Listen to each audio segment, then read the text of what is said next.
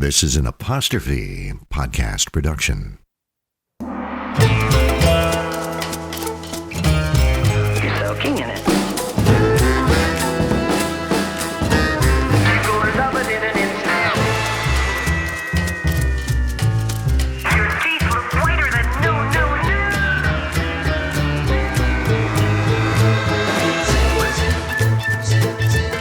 You're not you when you're hungry. You're in good hands with Austin.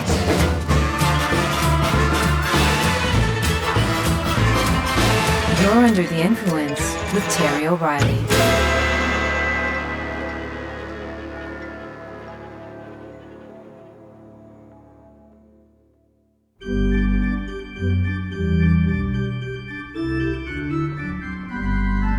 Back in 1962, a schoolmaster in Oxfordshire, England, had an idea. He recruited 3 other schoolmasters who had good singing voices and formed a group. They called themselves the Master Singers.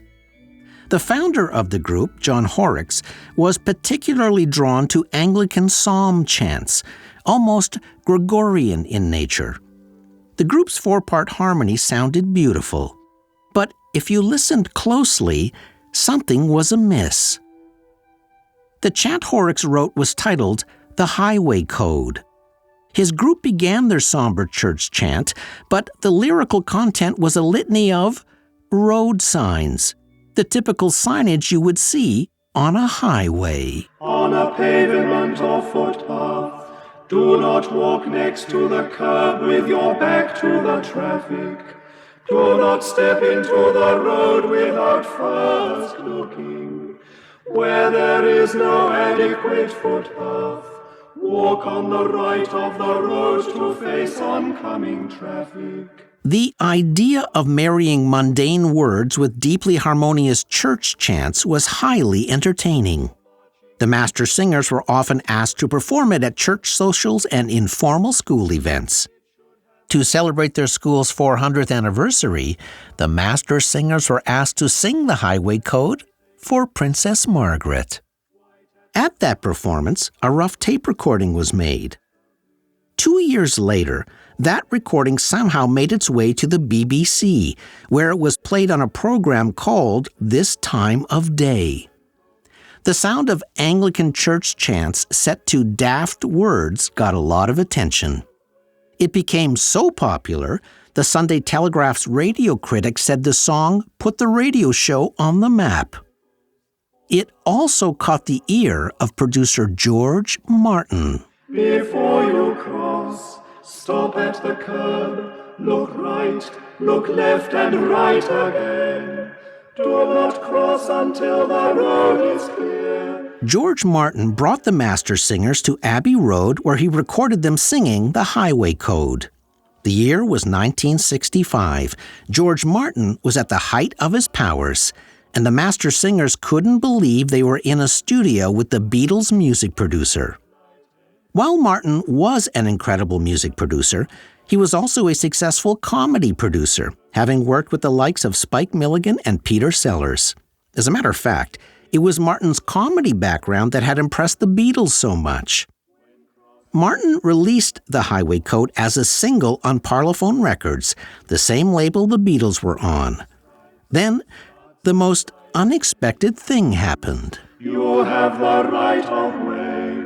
The song hit number 25 on the UK singles chart. Not only that, it began to outsell the Kinks and Bob Dylan. With that success, Martin recorded the master singers singing the weather forecast. Good morning. Here is the weather forecast for today until midnight. First, the general situation. A ridge of high pressure over the Azores is moving slowly northeast. George Martin had plans to record a third single with the group. This time, he wanted them to sing The Phone Book. But the legal department put a stop to that idea, citing privacy issues. While the weather forecast reached number 50 on the charts, it was the road sign hit that put the master singers on the map.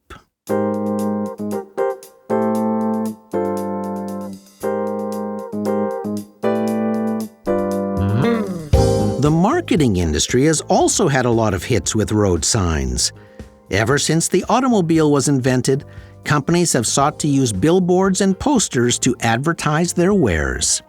Sometimes billboards are huge, and sometimes effective billboards can also be tiny. And with digital technology, billboards are making a huge comeback as one of the most creative mediums around. You're under the influence.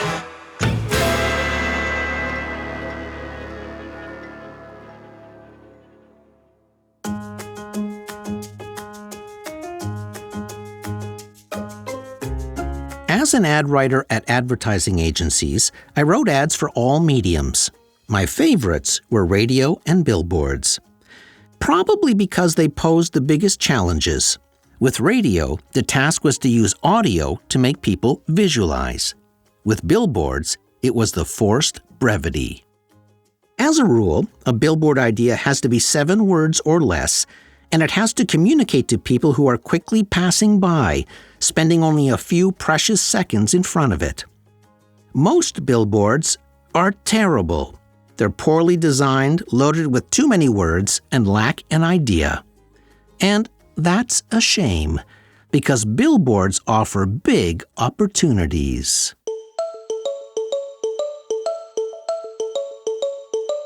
Speaking of big, the rock and roll industry discovered the power of billboards back in 1967. It first appeared on the most famous street in Hollywood, Sunset Boulevard. It happened on a supersized billboard measuring a whopping 4.2 by 14.6 meters or 14 by 48 feet. It was historic, as it was the first billboard to advertise a rock and roll album. The New York-based founder of Elektra Records had recently moved to Hollywood to open an office there, and he was observing the unique car culture of Los Angeles. Everybody drove. He looked out his window and saw endless billboards all along Sunset Boulevard, but noticed none of them advertised records. So Elektra decided to rent a giant billboard to advertise The Doors' debut album. The billboard would put the album in front of thousands of potential buyers. It would demonstrate the label's commitment to its artists, but most of all, Elektra knew many of the top radio stations were close by, and influential DJs drove up and down Sunset Boulevard every day. What made the Doors' billboard so spectacular was the fact it was hand-painted. Unlike the smaller printed billboards, hand-painted boards were unique. Each required a team of illustrators, stylists, typographers, technical advisors, retouchers, woodcutters, quality control inspectors, and installation crews. But most of all, the success of the billboards rested completely on the talent of highly skilled artists. Hand-painted billboards had a remarkable depth, sheen, and texture that a printed billboard could never match. These gigantic signs had to be legible from far away, so the painters used a reducing glass, which was the opposite of a magnifying glass. It allowed them to view their work as if from a distance. While the Doors broke the ice for rock and roll, there were many other historic hand-painted billboards on the Sunset Strip over the years. One of the most famous was for the Beatles. The giant billboard showed the Fab Four crossing Abbey Road, but their heads protruded above the board, using the real sky to stand in for the blue sky on the album. As we mentioned in a past episode, Paul McCartney's head went missing one night. But Capitol Records chose not to replace it. At that time, the Paul is dead rumor had been flying around. The headless billboard fueled even more record sales. For a billboard advertising ELO's Out of the Blue album, a huge $50,000 plexiglass spaceship was attached to the board. Another sign that went up just showed a white brick wall. No words, no title, no band.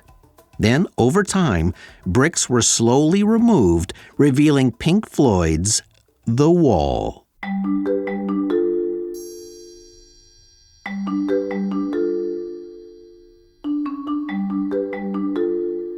Dole has been posting interesting outdoor posters in the UK recently. The fruit company is waging a war against malnutrition.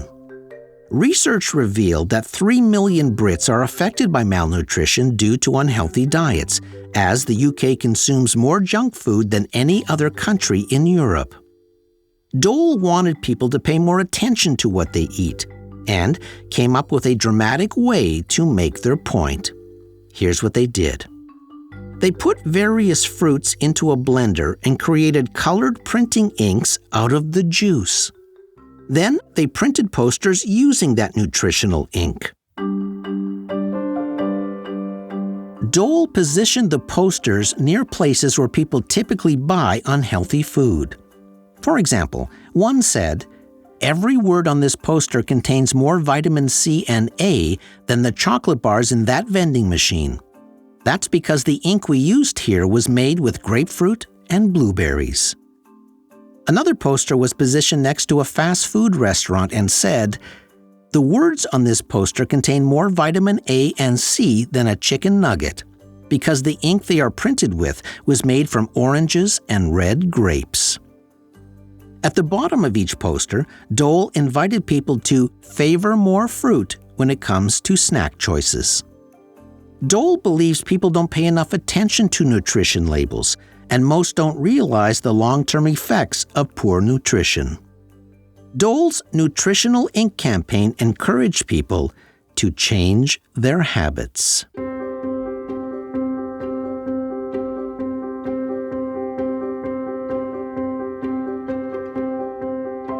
The quality of Billboard Ideas these days has taken a big creative leap, all due to digital technology. One of the most inventive boards of the last few years was done by British Airways. The digital board showed a young boy sitting on a white floor, but when a British Airways plane flew overhead, the little boy came to life, pointed up at the plane, and literally followed its trajectory across the sky. Then, words appeared on the billboard that showed the actual flight number and destination of that plane. Then it showed the lowest fares available at that time for that location, all in real time. The billboard detected every British Airways plane that flew by. It tapped into that longing we all have when we see a plane, wondering where it's headed, dreaming that it's probably off to an exotic destination, as we all sit stranded in traffic. It was a first, not just for British Airways, but for the advertising industry, as it employed new technology that could actually track planes. Sometimes billboards are huge, and sometimes they're tiny.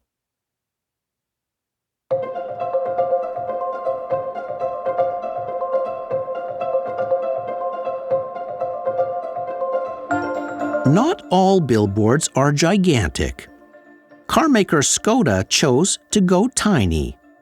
First, the company created miniature versions of its traditional billboards. Then, Skoda placed the tiny digital signs in parking spots around town. But here's the best part.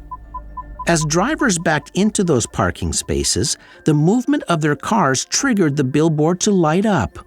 Then, the image of those tiny billboards appeared on the driver's reverse dash cameras. The billboard said, "Look, we got into your car, now get into ours." When the press caught wind of the clever idea and asked Skoda about it, the company simply said they just wanted to thank their competitors for the free ad space.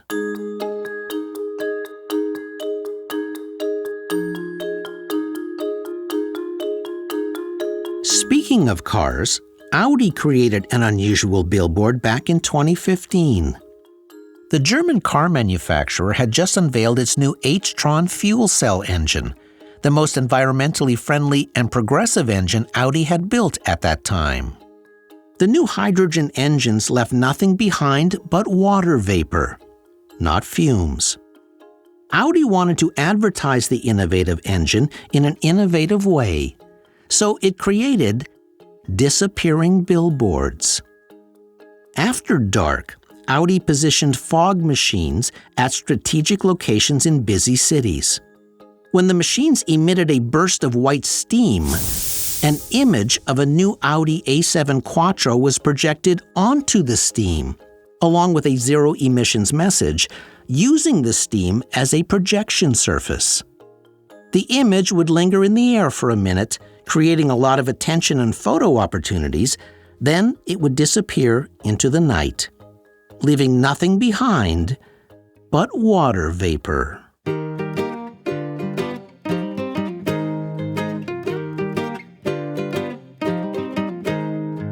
In early 2015, Britain was looking forward to witnessing its biggest solar eclipse in 16 years. But the weather report wasn't looking good. The forecast said overcast skies, as usual. So Oreo cookies decided to create their own eclipse that everyone could enjoy. On the appointed day, March 20th, 2015, Oreo chose strategic digital billboards positioned high above various cities.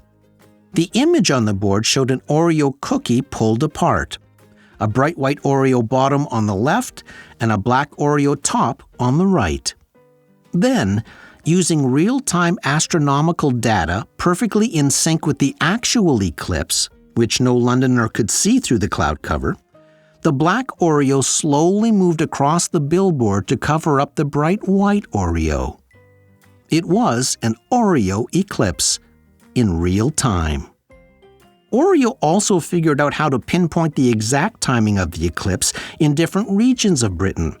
A few minutes earlier in Edinburgh, a few minutes later in London, but all perfectly in sync with the actual eclipse. Within an hour of the event, the cookie company created time-lapse videos of the Oreo eclipse and posted them on social media. Over 20 million people watched and shared those videos, and year-over-year sales jumped 59%, making March 2015 Oreo's biggest sales month ever. Oreo had managed to give the UK the eclipse that Mother Nature had denied them.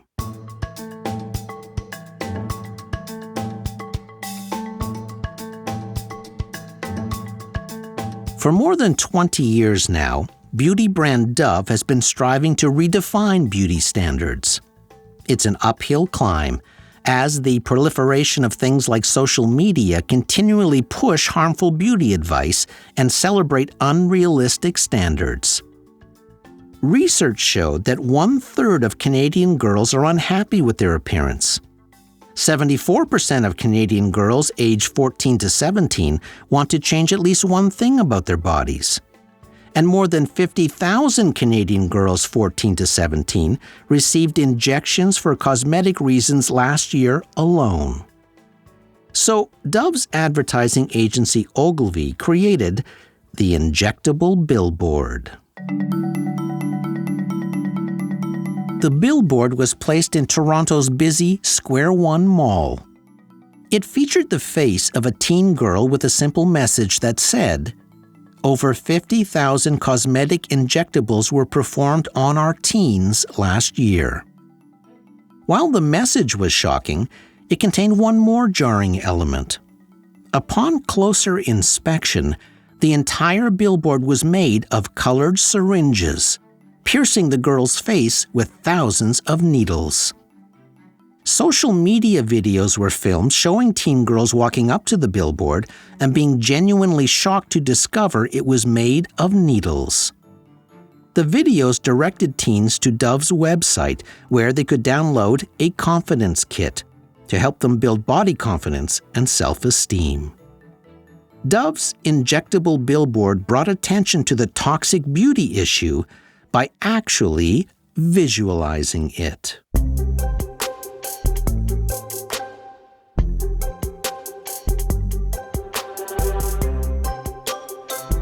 One day, an advertising agency named Boone Oakley was asked to create a billboard for their client, Bloom Supermarkets. Boone Oakley is a very creative ad agency we've talked about before, and they're known for their stunts. The supermarket wanted a billboard for the big, delicious muffins they baked every morning. So ad agency co-founder David Oakley came up with an idea. It would show a huge muffin pan with 6 giant muffins in it, held by a gigantic oven mitt. Words on the billboard would say, "Jumbo muffins, always in bloom." The billboard checked all the boxes. It contained 7 words or less. It had a big, eye-catching visual. The type was simple and legible. It was good, but it wasn't great. It needed something extra to get people talking about it. Then Oakley had another idea. What if one of the jumbo muffins fell off the billboard and crushed a car that was innocently parked under the billboard? Now that would be memorable. But why would a car be parked under the billboard? Wait, what if it had a for sale sign on it? That was perfect, and it would explain why the car was sitting there. The folks at Boone Oakley found a red Kia in a junkyard for $200. They had it towed one night and parked it under the billboard. Then the ad agency bought a prepaid cell phone and put the phone number on the for sale sign in the car's window. Oakley recorded a phone greeting that said, "If you're calling about the Kia for sale, leave a message." Now all they had to do was wait a week and let people get used to seeing the billboard and the car. A week later, it was time for the muffin drop. The ad agency and billboard company arrived at 2 a.m. in the middle of the night. Using a 50-foot cherry picker, they removed one of the styrofoam muffins from the billboard. It was about half the size of the Kia. Now all they had to do was smash the top of the car, place the giant muffin on it, and leave. Easy breezy. One of the billboard guys took a sledgehammer and whacked the top of the car. Nothing happened. Then Oakley climbed up onto the roof and jumped up and down. Nothing. The billboard company found a 10-foot section of steel pipe, had the cherry picker lift it 15 feet above the Kia, and let it drop. The pipe bounced off the roof. So they dropped it from 30 feet. Not even a dent. It was slowly turning into a commercial for Kia. Time was ticking by. It was almost daylight. They had to get the roof to collapse. Then someone spotted the problem. It was the car's I-beam. It was a safety feature that keeps a roof from collapsing in the event of a rollover. So the billboard crew pulled out an electrical saw and, with sparks flying in the dark, cut the I-beam. Then they dropped the steel pipe again. This time the roof collapsed and the windows shattered. Then the jumbo muffin was placed gently on the roof. With mission finally accomplished, the ad agency jumped into their cars and parked down the road a bit to watch the rush hour reactions. As the morning traffic started to get heavy, car after car began pulling off the road to take pictures. A big crowd gathered. The press showed up. A woman who was interviewed said she saw the muffin fall. Luckily, she said, there was no one else around. An attendant at a nearby Shell station said he heard the crash and thought it was a car accident, but it was just the muffin. He said it was the damnedest thing. The Bloom supermarket clients showed up, saw the crowd, and high-fived the ad agency. The billboard was clearly a big success. Time to go home. Just as David Oakley was getting in his car, his prepaid cell phone buzzed in his pocket. There was a message on it. A voice said, "Dude, I don't know how I'm going to tell you this, but I hope you have insurance, because a gigantic muffin fell and crushed your Kia. I am not lying."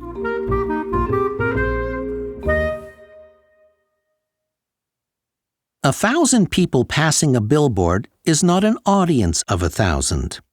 The quality of the idea determines the audience.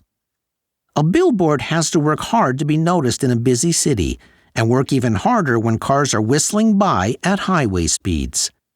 That's why creativity is the key.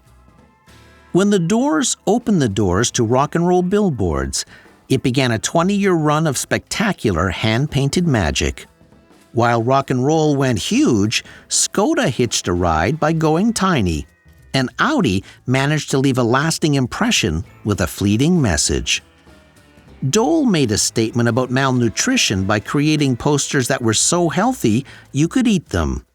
And Dove used an inventive billboard to make a point about toxic beauty.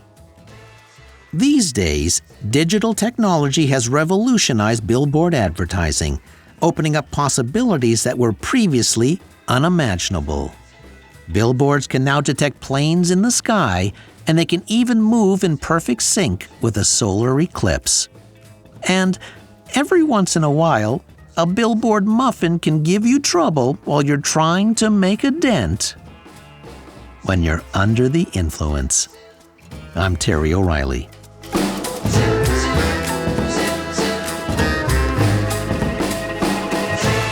This episode was recorded in the Tearstream Mobile Recording Studio. Producer, Debbie O'Reilly. Sound engineer, Jeff Devine.